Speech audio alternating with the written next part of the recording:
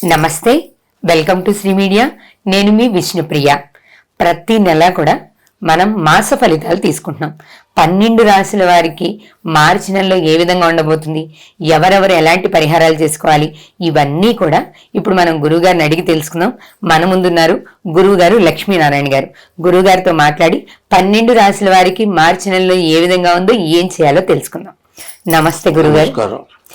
ప్రతి నెలలానే ఈ నెల కూడా మార్చిలో 12 రాశుల వారికి ఏ విధంగా ఉంది, వాళ్ళు ఏమేమి పరిహారాలు చేసుకోవాలో అవన్నీ సవివరంగా తెలుసుకున్నాం గురుగారు. అసలు ప్రతి వాళ్ళు కూడా సంవత్సర ఆరంభం అంటే ఏమిటి అనేది ఎవరికి అర్థం కావట్లేదు. మనం ఎక్కడ పుట్టాము? లేకపోతే హిందూ దేశం, లేకపోతే తెలుగు రాష్ట్రంలో పుట్టాము. అయితే హిందీకి హిందీ పంచాంగం ఉంది, తెలుగు పంచాంగం ఉంది, అరవ పంచాంగం ఉంది, కర్ణాటక పంచాంగం ఉంది. ఇవన్నీ కూడా జనవరి మాత్రం కాదు. ఇప్పుడు సూర్యుడు మేషరాశిలో ఉన్నప్పుడు చాంద్రమానం అంటున్నాము. చాంద్రమాన పంచాంగం ఉంటుంది మనకు. మన రాష్ట్రం సంగతి చెప్పుకుందాం. మన రాష్ట్రంలో ఏంటి చాంద్రమానం. చాంద్రమానం అంటే సూర్యుడు మేషరాశిలోకి వచ్చినప్పుడు కొత్త సంవత్సరం ప్రారంభం. ఇప్పుడు ఇదివరకు జనవరి గురించి చెప్పుకున్నాం. ఇప్పుడు చెప్పుకునేది కొత్త సంవత్సరం, తెలుగు సంవత్సరం. ఈ మార్చి నెలలోనే కొత్త సంవత్సరం వచ్చింది. ఆ కొత్త సంవత్సరం ఎప్పుడు వచ్చింది, ఆ కొత్త సంవత్సరం ఏమిటి, ఆ కొత్త సంవత్సరానికి మనం ఏం చెయ్యాలి, ఆ కొత్త సంవత్సరం చేయడానికి ఏమేం కావాలి. పెళ్లి చేయాలంటే మంగళసూత్రం కావాలి, చీర కావాలి, ముహూర్తం కావాలి, పెళ్లి కూతురు పెళ్లి కొడుకు కావాలి. ఇందులో ఒకరి దగ్గర కూడా పెళ్లి కాదు. అట్లాగే కొత్త సంవత్సరం మనకు ఆరంభంలో పంచాంగం చెప్పుకుంటాం అనేది ఒకటి ఉంది. అది కాకుండా అసలు కొత్త సంవత్సరం పండుగ ఎట్లా చేసుకుంటాం అనేది ఒకటి ఉంది. జనవరి నెల వస్తే ఏం చేస్తున్నారంటే కొత్త సంవత్సరం పండగ అర్ధరాత్రి కూడా కేకలు పెట్టడం, గందరగోళాలు చేయటం, ఎగరటం, అది మన సాంప్రదాయం కాదు. మరి ఆ కొత్త సంవత్సరం రాబోయేదానికి ఒక విశేషం ఉంది.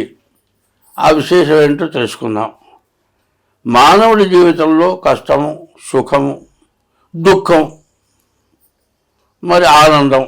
కష్టము, సుఖము, దుఃఖం, ఆనందం 4 ఉన్నాయి. ఆనందం వచ్చినప్పుడు ఏం చేస్తున్నాం? స్వీట్ పెడుతున్నాం. దుఃఖం వచ్చినప్పుడు ఏం చేస్తున్నాం? ఎవరు లేకుండా చాటు పోయి కూర్చొని ఏడుస్తున్నాం. మరి ఇట్లా రకరకాలు వస్తున్నాయి. దీనికి ఏంటి అంటే కొత్త సంవత్సరంలో మనకు ఒక ప్రసాదం అంటారు. పచ్చడి అంటున్నారు. పచ్చడి కాదు, ప్రసాదం. వేపపూత ప్రసాదం. ఆ వేపపూత ప్రసాదం ఎట్లా ఉంటుందంటే పులుపు, వగరు, చేదు, తీపి, ఇన్ని రకాలు వస్తున్నాయి. తీపేమో ఆనందం, వగరేమో అయిష్టత, పులుపేమో తగిన పులుపు తింటే పర్వాలే, ఎక్కువ కొళ్ళు జల్లు అంటుంది. అంటే భయంకరం ఒకటి, ఆనందం ఒకటి, దుఃఖం ఒకటి, సుఖం ఒకటి. వీటన్నిటినీ గుర్తు చేయడం కోసమని చేదు, పులుపు, వగరు, తీపి ఇన్ని రకాలు తింటూ మనం పండగ చేసుకుంటున్నాం. ఈ పండగ ఎందుకు చేసుకుంటున్నాం అనేది తర్వాత చెప్పుకున్నాం. అయితే ముందుగా ఎందుకు చెప్పాల్సి వచ్చింది అంటే మార్చి నెల 30వ తారీఖు సంవత్సరాది పండుగ వచ్చింది మనకు. మార్చి నెలాఖరులో, చివరి నెలాఖరులో. కాబట్టి ఈ నెలలోనే లాస్ట్క మన లెక్క ప్రకారం సంవత్సరం ఆఖరి అయిందంటే మార్చి 30వ తారీఖుతో ఈ సంవత్సరం అయిపోతుంది. ఇదివరకు ఏం చేస్తున్నా ఆ కొత్త సంవత్సరం, ఆ జనవరి వస్తుంది కొత్త సంవత్సరం, 74 అయిపోయి 75 వస్తుంది. మనది అట్లా కాదు. కొత్త సంవత్సరం ఏంటంటే మార్చి నెలలో వస్తుంది, మార్చి 30తో అయిపోతుంది. కాబట్టి కొత్త సంవత్సరం కూడా దీంట్లో కలిసింది. అయితే దీంట్లో సమస్యలు కొద్దిగా ఉన్నాయి. అది సంవత్సరాది పండుగ రోజు చెప్పడం నాకు ఇష్టం లేదు. ఎందుకంటే ఆనందంగా ఉంటే సమయంలో చెప్పకూడని ఇబ్బందులు మాత్రం చెప్పకూడదు. అందుకోసమని నేను ముందుగా తెలియజేస్తున్నా, మీనరాశిలోకి 6 గ్రహాలు వస్తున్నాయి. మీనరాశిలోకి 6 గ్రహాలు వస్తున్నాయి. 6 గ్రహాలు ఎట్లా ఉన్నాయంటే కొన్నేమో 3 నెలలు ఉండే గ్రహాలు ఉన్నాయి, కొన్నేమో నెల రోజులు ఉండే గ్రహాలు ఉన్నాయి, కొన్ని గ్రహాలేమో నెల 15 రోజులు ఉన్నాయి, ఒక్కో గ్రహమేమో 3 సంవత్సరాలు ఉండే గ్రహం ఉంది, సంవత్సరం 10 నెలలు ఉండే గ్రహం, ఇట్లాంటి గ్రహాలు ఉన్నాయి. అయితే ఈ మీనరాశిలోకి వచ్చేటప్పటికి ప్రత్యేకమైన గ్రహాలు ఏమిటాయంటే సంవత్సరం 10 నెలలు ఉండే గ్రహం అవుతుంది, 2 సంవత్సరాలు 6 మాసాలు ఉండే గ్రహం అవుతుంది. రెండు కూడా నిప్పులు. అందుకోసమే కుంభమేళ అంటే కుంభంలో నుంచి శని మీనానికి రాబోతున్నాడు కాబట్టి మనం కుంభమేళ చేసుకున్నాం. ఇప్పుడు మీనరాశిలోకి 6 గ్రహాలు వస్తున్నాయి. అయితే నిన్నటిదాకా కుంభంలో వాళ్ళంతా చెప్పడానికి వెళ్ళినటువంటి నరక బాధలు అసలు ఇక వాళ్ళకి చెబితే తీరేది కాదు, చెప్పుకుంటే కూడా ఆవేదన పెరుగుతుంది వాళ్ళకి. వాళ్ళు చెప్పుకున్న ఆవేదన పెరుగుతుంది, మనం చెప్పిన ఆవేదన పెరుగుతుంది. మనసులో కొంత ఉపశమనం కలిగిన తర్వాత కదిలిస్తే ఏమవుతుందంటే వాళ్ళకి ఎక్కడైనా బాధ కలుగుతుంది. అటువంటి బాధలన్నీ తీరిపోయినాయి. రేపు 30వ తారీఖుతో మీనంలోకి శని వస్తున్నాడు, ధనాధిపతి శని. అయితే కొత్త గ్రహాలకి, కొత్త మీన రాశికి కానీ మేషరాశికి కానీ మరి ఇట్లాంటి రాశులకి మళ్ళీ బ్యాడ్ టైం వస్తుంది. కాబట్టి ఈ గ్రహాల వల్ల వచ్చే ప్రయోజనాలు ఏంటనేది మనం చూసుకోవాలి. అయితే ఈ 2 గ్రహాలు ఎక్కువ కాలం ఉండే గ్రహాలే కాకుండా ఇప్పుడు 9 గ్రహాలు ఉన్నాయి. ఈ 9 గ్రహాల్లో కూడా శుభగ్రహాలు, పాపగ్రహాలు ఉన్నాయి. పాపగ్రహాలేమో కష్టం తెప్పిస్తాయి, శుభగ్రహాలేమో ఆనందం, సుఖం తెప్పిస్తాయి. శుభగ్రహాల కంటే పాపగ్రహాల బలం ఎక్కువగా ఉంది. అంటే 9 రాశులకు కూడా ఎట్లా పార్లమెంటు మెంబర్స్ అంతా కొంతమంది కలిస్తే ఒక ఆయన రాష్ట్రపతి, ఒక ఆయన ప్రధానమంత్రి, ఒక ఆయన రక్షణ మంత్రి, ఇట్లా రకరకాల మంత్రులు. ఈ పార్లమెంటు మెంబర్లు అందరూ కానీ వేరే బయట వాళ్ళు మాత్రం రావట్లేదు. లేకపోతే పార్లమెంటు మెంబర్ కావచ్చు, లేకపోతే రాజ్యసభ సభ్యులు కావచ్చు, వాళ్ళే అవుతారు. వీడి వాళ్ళకి మాత్రం అవకాశం లేదు. కాదు ఏదైనా గొప్ప వాళ్ళకి కనుక ఇచ్చేట్లయితే పదవి ఇచ్చిన తర్వాత ఎటు ఓటింగ్ కుదరకపోతే రాజ్యసభ సభ్యత్వం ఇస్తున్నారు. అటువంటి హోదా కలిగిన వాళ్ళకి ఇస్తున్నారు. ఇక్కడ విపరీతమైన హోదా వచ్చింది ఏంటంటే పాపగ్రహాల హోదా బాగా పెరిగింది. ఈ పాపగ్రహాల హోదా పెరగటం వల్ల వచ్చే ఇబ్బంది ఏమిటి? ఇంట్లో భార్యాభర్తకి, అత్త కోడలికి, తండ్రి కొడుక్కి. సరే ఇది ఇట్లా ఉంటే భార్యాభర్త ఇద్దరు కలిసి సక్రమంగా ఉంటే అన్నీ బాగానే ఉంటాయి, తల్లిదండ్రులు కూడా చూసుకుంటారు. వీళ్ళు కాకుండా ఇంకో మొట్టుగా కనపడుతుంది. ఆ మొట్టుగా ఏంటంటే పెళ్ళయిన తర్వాత 4 పిల్లలు పుట్టిన తర్వాత ఈమెకి ఆంధ్రవిహేయంతో వచ్చేప్పటికి ఈ మీద ఇష్టత లేక ఉద్యోగం చేసే చోట ఎక్కువ కాస్త కళకళలాడుతున్నాము జరుగుతుంది. ఆవిడ పట్టుకుంటాడు, ఈ మీద జాసపోతుంది. దానివల్ల చివరికి గట్టిగా మాట్లాడితే అసలు నువ్వు అక్కర్లేదు, ఉన్నా సరే ఊరిని ఒకటే ఈ విధమైన పరిస్థితి వచ్చి ఈ బాధ పుట్టింటి వాళ్ళు ఏం చేస్తామా, ఇంటికిరా ఇంకో పెళ్లి చేస్తాం. 2 3 పిల్లలు పుట్టారు. ఆ తల్లిదండ్రులు ఆలోచించరా, చేసుకున్న 3 పిల్లలు ఆలోచించరా, వాళ్ళ బతుకేంటో ఆలోచించకుండా విడిపోయి ఒక కోర్టులో వేసుకొని డైవర్స్ తీసుకొని చెరువులని పెళ్లి చేసుకున్నారు. మరి కన్న తల్లి చూసినట్టు సవితల్లి చూస్తుందా? చూడదు. కన్న తండ్రి చూసినట్టు వేరే వాడు చూస్తాడా? వాడు చూడు. తల్లి దగ్గర ఉన్న ఇబ్బంది, తండ్రి దగ్గర ఉన్న ఇబ్బంది. ఈ తల్లిదండ్రి కాకుండా అమ్మమ్మ తాతయ్య ఉంటారు, వాళ్ళెన్నాళ్ళు బతుకుతారు? వీళ్ళు పసిపిల్లలు కానీ చచ్చిపోవచ్చు, 10 ఏళ్ళు ఇచ్చిన తర్వాత అయినా పోవచ్చు. వీళ్ళు అనాథ శరణాలయాలకు పోతున్నారు. సరే ఇంత జరిగిన తర్వాత ఆమె అందవిహం అయిపోయింది, అందగత్త కదా, మరి అంతా చక్కగా ఉంటుంది, డైరెక్షన్ బాగా ఇస్తుంది అనుకుని ఆమె దగ్గరికి పోతే ఈయన దగ్గర నుండి మొత్తం శుభ్రంగా అయిపోయిందాక ఇక ఏమీ లేదన్న తర్వాత నీ దారి నీది, నా దారి నాదే, ఆమె పోతుంది, ఉన్నామె పోతుంది, ఉంచుకున్నామె పోతుంది, భ్రష్టు పట్టడం జరుగుతుంది. ఇటువంటివన్నీ కూడా ఈ గ్రహాల టైంలో వచ్చేది ఖచ్చితంగా నిజం. సరే అది అట్టా ఉంచి ఇవాళ ప్రభుత్వాలు ఉన్నాయి, మరి అధికార ప్రభుత్వం ఉంది. అధికార ప్రభుత్వం ఎట్లా ఉండాలంటే ఒకళ్ళతో ఒకళ్ళు సంపాదించుకొని ఏదైనా చేయాలి.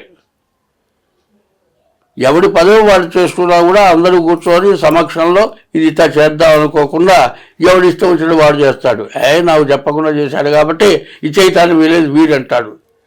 ఈ రెండు చూసుకొని ప్రతిపక్షం ఏం చేస్తాడు, వీడిని ఎగుతాడు. ఇక జరుగుతుంది ఏంటంటే రాజ్య పరిపాలన చేయటమా, ప్రజల ఇబ్బందులు చూడటమా కాకుండా వీళ్ళు అధికార పార్టీలు పోట్లాడుకోవటం, ప్రతిపక్షమేమో నిప్పు వేయటం, ఎగదొయ్యటం, ప్రజా బాధలు ఎక్కువైపోవటం ఇది జరుగుతుంది. ఇవి ఇట్లా ఉంచితే విదేశాలు కొన్ని తయారైనవి. అన్ని దేశాల్లో కంటే భారతదేశం బాగా పైకి వస్తుంది. మనని మించిపోతుంది, మనం తగ్గిపోతాం. కాబట్టి ఎట్లా ఉంటుందంటే మరి గయకు వెళ్తే అర్ధరాత్రి రైలు దిగుతాయా పోబాకడి దొంగలు ఉంటారు. అంటే వీడు సంచి తల కింద పెట్టుకొని పడుకుంటాడు, చేత్తో పట్టుకొని పడుకుంటాడు. ఎవడో లాక్కుపోతాడు, ఎవరైనా చేత్తో పట్టుకొని పడుకుంటాడు. ఇద్దరు వస్తారు, ఒకడేమో బొట్టన వెళ్ళి అగ్గి పళ్ళు గీచి ముట్టిస్తాడు, చుర్రమనంగా సంచి వదిలిపెట్టి వెళ్ళేస్తాడు, వాడు మూటెత్తుకుపోతాడు. ఛార్జీలతో సహా ఉండవు. గయలో జరిగినవి. ఇప్పుడు ఏమవుతుంది, ఇటేమో రాజ్యంలో ఇట నిలబడది, అటు వచ్చేవాడు ప్రతిపక్ష విదేశాలు వాళ్ళు చేయరు, ఇంకో ఛార్జ్ చేయిస్తారు. వాళ్ళేమో యుద్ధ సామాగ్రి వీడు అమ్ముకుంటాడు, వాడు వేల మీద యుద్ధం చేస్తాడు. సరే వాడు ఓ దేశం వాళ్ళకు సప్లై చేస్తే ఇంకో దేశం వీళ్ళే సప్లై చేస్తుంది. వీళ్ళు కొట్టుకొని చేస్తారు. పైకొచ్చే ప్రభుత్వాలు రాకుండా నాశనమైపోవాలి, వాళ్ళు మాత్రం ఆయుధాలు అమ్ముకోవాలి, వాళ్ళు పైకి రావాలి. ఇటువంటి లక్షణాలు ఇవాళ కాదు ఎప్పటి నుంచో ఉన్నాయి, ఇప్పుడు కూడా అవే జరగబోతున్నాయి. ఇంకా ఎక్కువ అవుతాయేమో. అది జరిగింది మధ్య ఏంటంటే రష్యా ఉక్రెయిన్ రెండూ ఒకటే దేశం, అన్నదమ్ముల్లాగా విడిపోయినారు.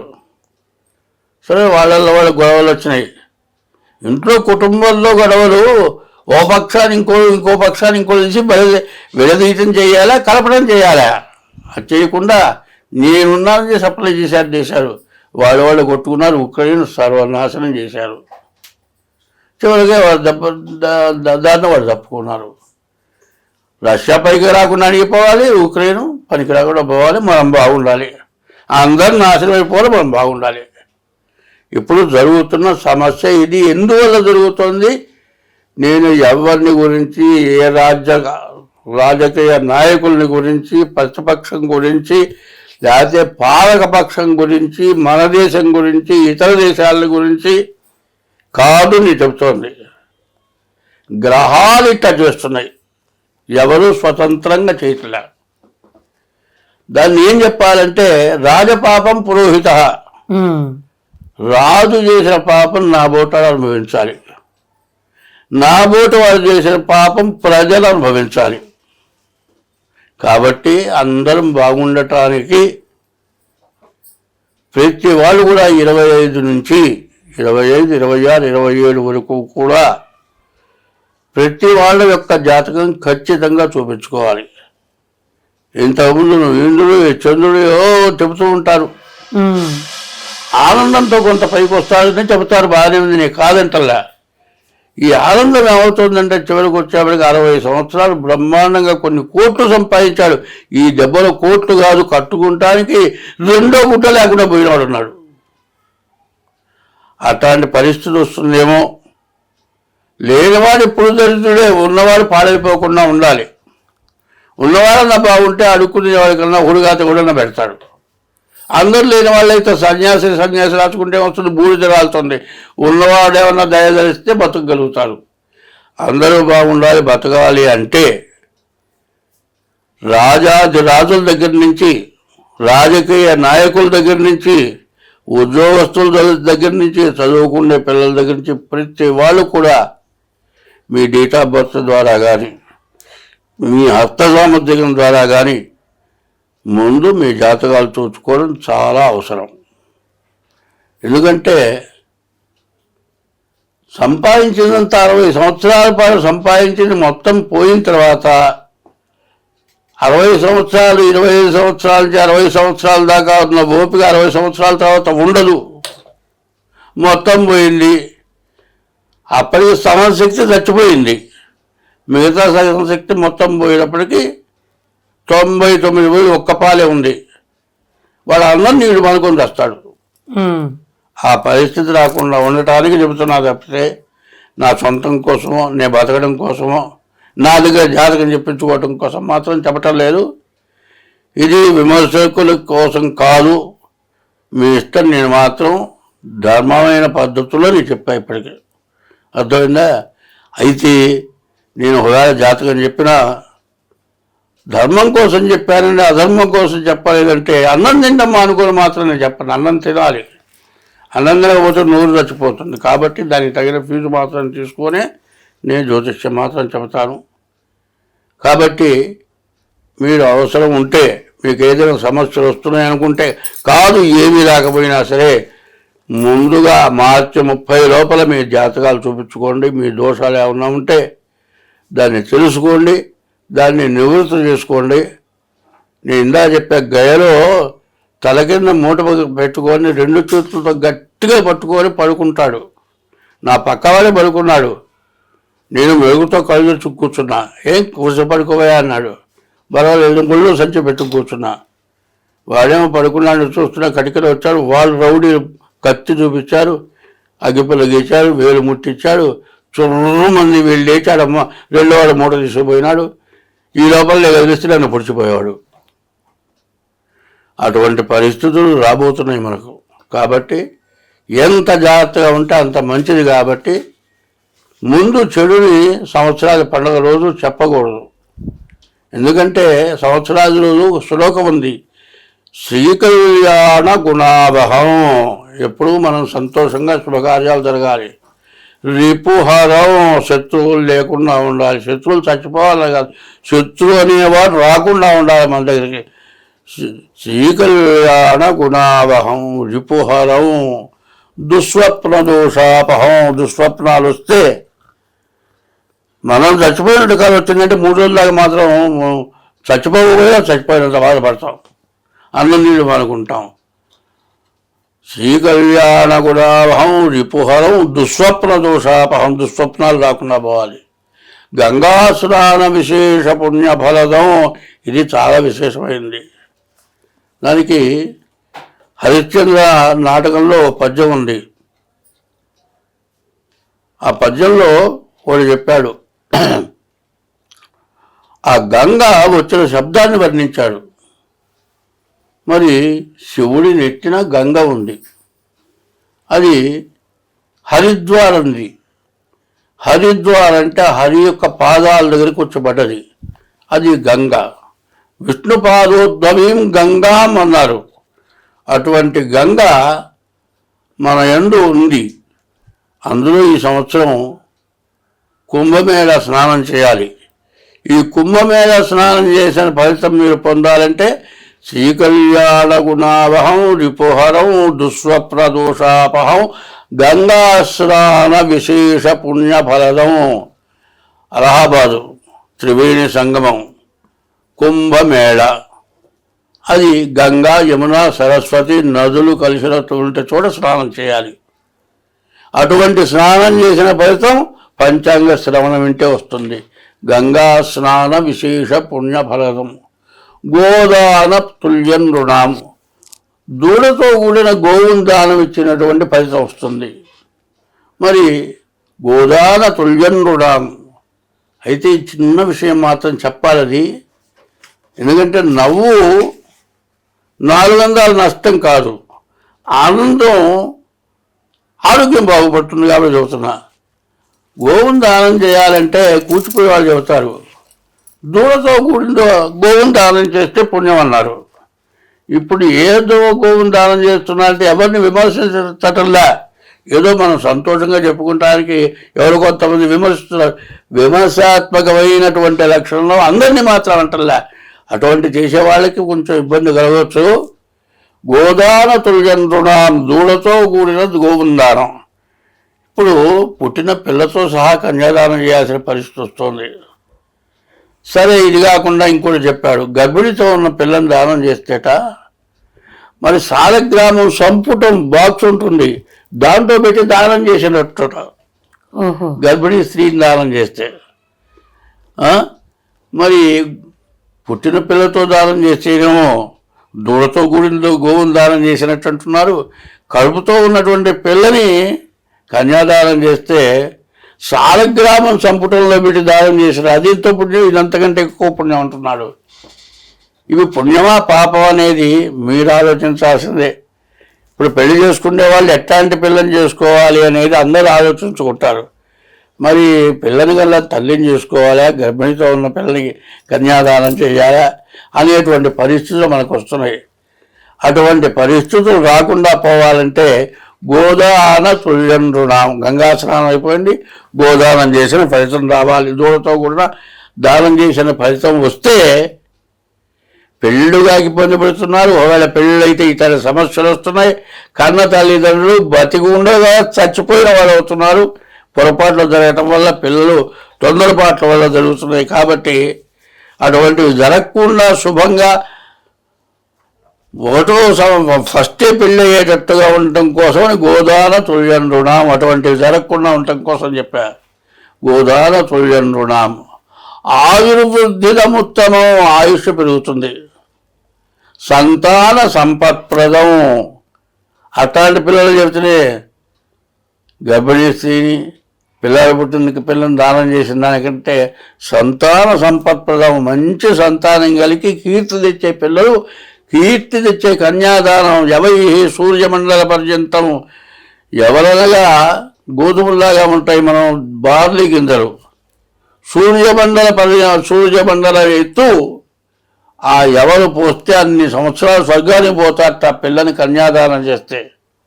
అటువంటి కన్యాదానం చేయాలంటే ఇటువంటి సంగతులు చెప్పకపోతే, ఇటువంటి చేస్తే మీకు మంచి పిల్లలు పడతారు. కాబట్టి ఇటువంటి దోషాలు ఉండేవాళ్ళు రాకుండా ఉంటారు. కాబట్టి సంవత్సరాది పండుగ రోజున గంగా స్నాన పుణ్యం, గోదాన పుణ్యం, కన్యాదాన పుణ్యం, ఏది సూర్యమండలం వచ్చి రాసి నువ్వులు కానీ ఎవరు కానీ పోస్తే అంత పుణ్యం వస్తుంది. గోదాన తుల్యం రుణం, ఆయుర్వృద్ధిదముత్తమం, ఆయుష్ పెరుగుతుంది, మంచి సంతానం కలుగుతారు. సంతాన సంపత్ప్రదం, నానాశాస్త్ర సుసాధనం, ఎన్నో శాస్త్రాలు ఉన్నాయి. ఇన్ని శాస్త్రాలు తేలిగ్గా చదివిన పుణ్యం వస్తుందిట. నానాశాస్త్ర సుసాధనం, సముచితము పంచాంగమాకర్ణ్యత, ఎంతో మంచి జరుగుతుందని పంచాంగ శ్రవణంలో చెప్పారు. ఇంత వివరంగా ఇన్ని బాధలు కలిగే మాటలు ఆ రోజుని చెప్పకూడదు, చెప్పను. నేను మంచే చెప్పదలుచుకున్నాను. అందుకంటే చెడుగా ఉన్నప్పుడు చెడు కంటే మంచి తెలుసుకోవడం మంచిది కాబట్టి ముందుగా చెబుతున్నాను. ఈ సంవత్సరాది పండుగ లోపల మీ జాతకం చూపించుకోండి. సంవత్సరాది పండుగకి పంచాంగ శ్రవణం జరుగుతుంది, అది కూడా వినండి. ఆ వేపూత ప్రసాదం తీసుకోండి. సూర్యోదయం కాగానే పంచాంగ శ్రవణం. మరి ఎవరో ఇదివరకు కొంతమంది పెద్ద పెద్ద కంపెనీలు వేశారని చెప్పింది. మరి ఎవరు వేస్తారో పొద్దున్నే ఎవరు వదులుతారో మరి సంవత్సరాది పండుగ రోజు మీరంతా వినటానికి అవకాశం వస్తుందో మరి నేను చెప్పగలుగుతానో, చెప్పే పరిస్థితి వస్తుందో, అదంతా దైవలీల. అది భగవంతుడికి వదిలేద్దాం. ఇంతవరకు ఇది స్వస్తి. దీన్ని ప్రతి రాశికి కూడా కలపమని కోరుతూ ఉన్నాను. తప్పకుండా స్వస్తి.